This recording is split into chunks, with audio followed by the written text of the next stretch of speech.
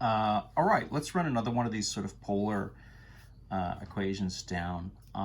This is kind of a classic one. It makes a cardioid, meaning it sort of graphs as a heart shape, right? Cardioid, like cardiac, like heart stuff. So let's use the dy dx here to find the horizontal and vertical tangent lines for the equation r equals 2 minus 2 times sine of theta.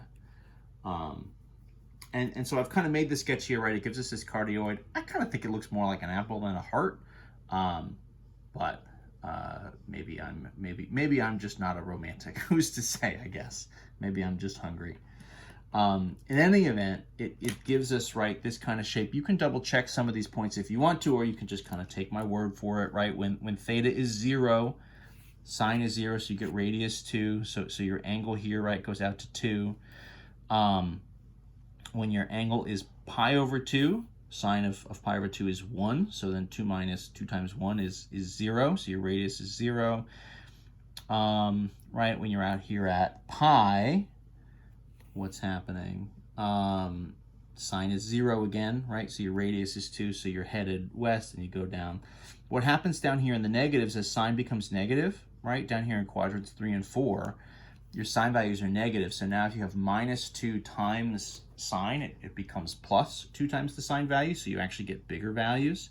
So rather than kind of going up and coming down and out again, what happens here is you can actually get the radiuses get sort of bigger and bigger, going from 2 out to 4, right? So at 3 pi over 2, where sine is negative 1, negative 2 times negative 1 is positive 2, 2 plus 2 is 4, right? So you kind of max out here at radius 4 when you're facing south at 270, 3 pi over 2, and then you kind of work your way back around. I didn't really draw this big enough to be able to label it very well, but I for the most part, I think all of our angles are kind of syncing up with just, where they would be if we were sort of drawing a unit circle over top of this. So hopefully we're fine. We're going to look for, right, horizontal and vertical tangent lines. We obviously need our dy dx first. So we got to run through that setup and then go from there. So no time to waste. We'll sub in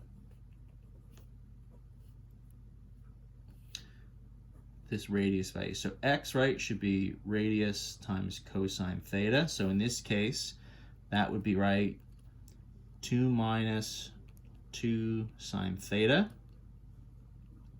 times cosine theta. So that's my x. My y value, of course, is radius times sine of theta. So that's 2 minus 2 sine theta times another sine theta. So those will need to kind of clean up.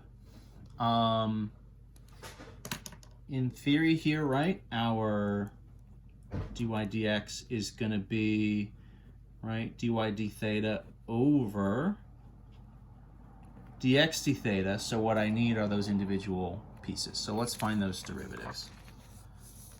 That's kind of step 1.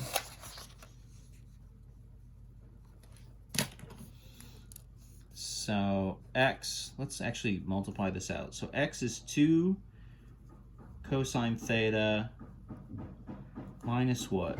2 times sine theta times cosine theta. So that's great.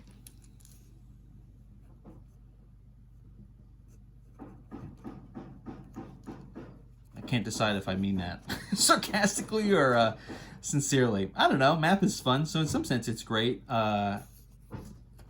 It's a little cumbersome, so in that sense it's maybe not so great. Derivative of 2 times cosine would just be 2 times, right, negative sine theta minus 2 times, now our derivative here, this is going to be product rule.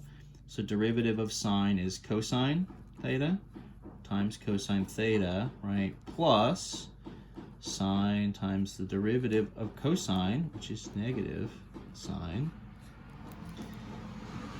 So let's clean this up for a second. What's really happening here? This is minus 2 sine theta minus 2 what?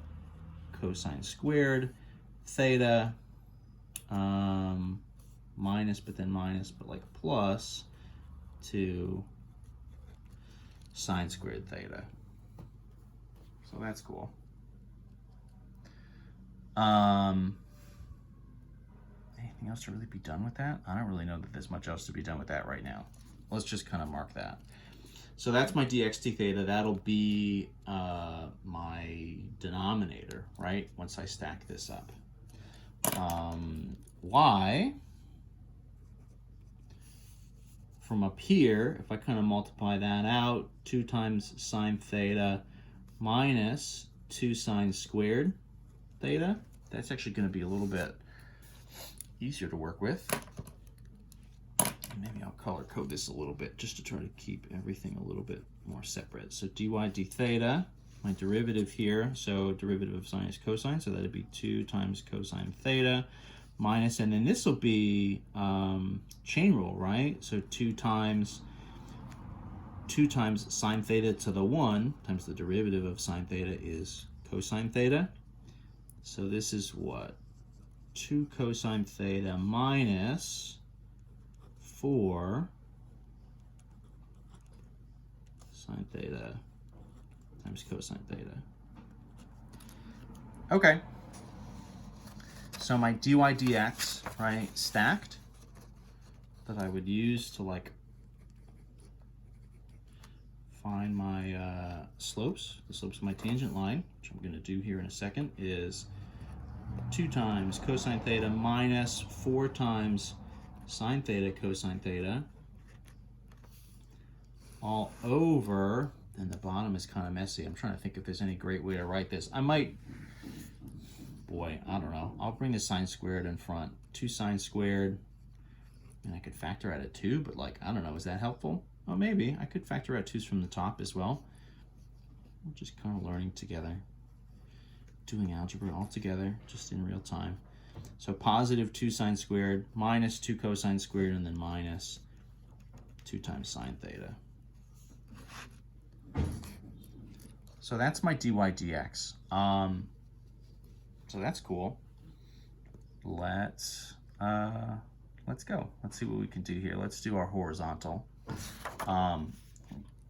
Take this onto a new page.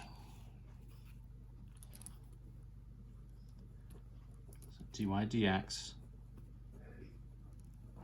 So horizontal means, right, my top is equal to 0, and then in theory the bottom is not.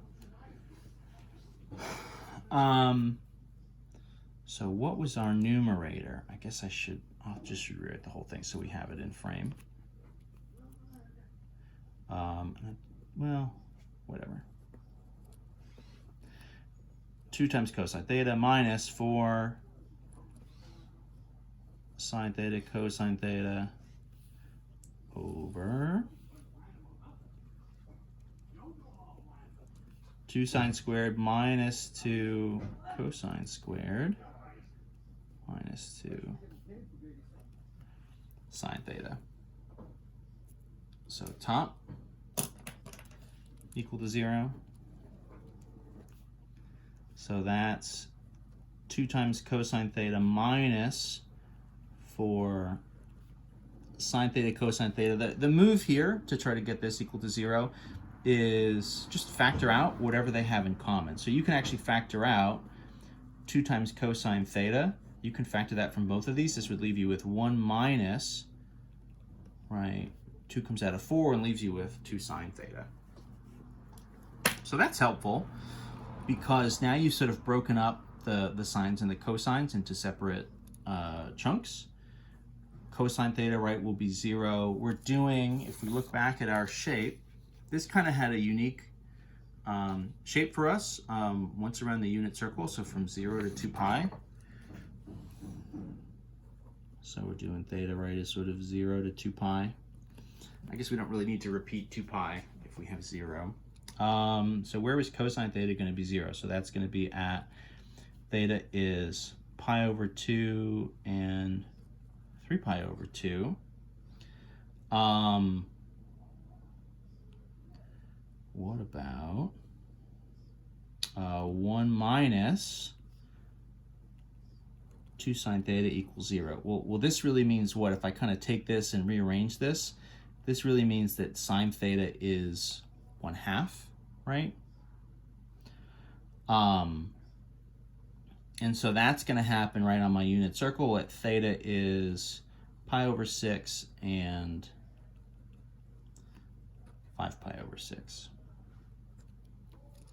So that's interesting. I mean, in theory, that gives us four spots where this is going on. The one here that's a little bit funky, so if I kind of look back at my original, oh gosh, I guess I'll just redraw it. So I don't have to try to flip back and forth on these pages.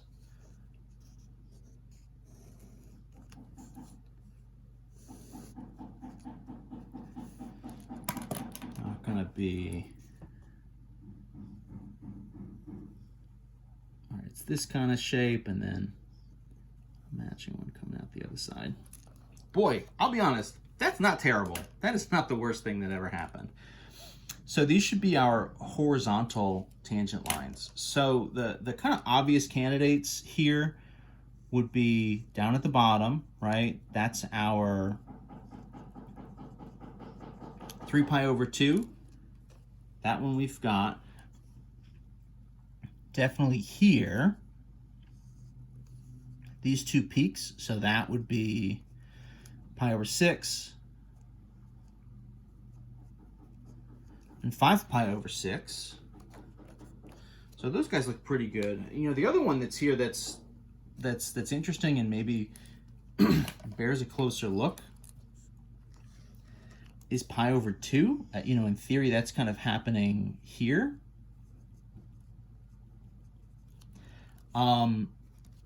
That's a little bit of a mystery. If we look at the graph, what's happening here is you have what we think of as a sharp corner.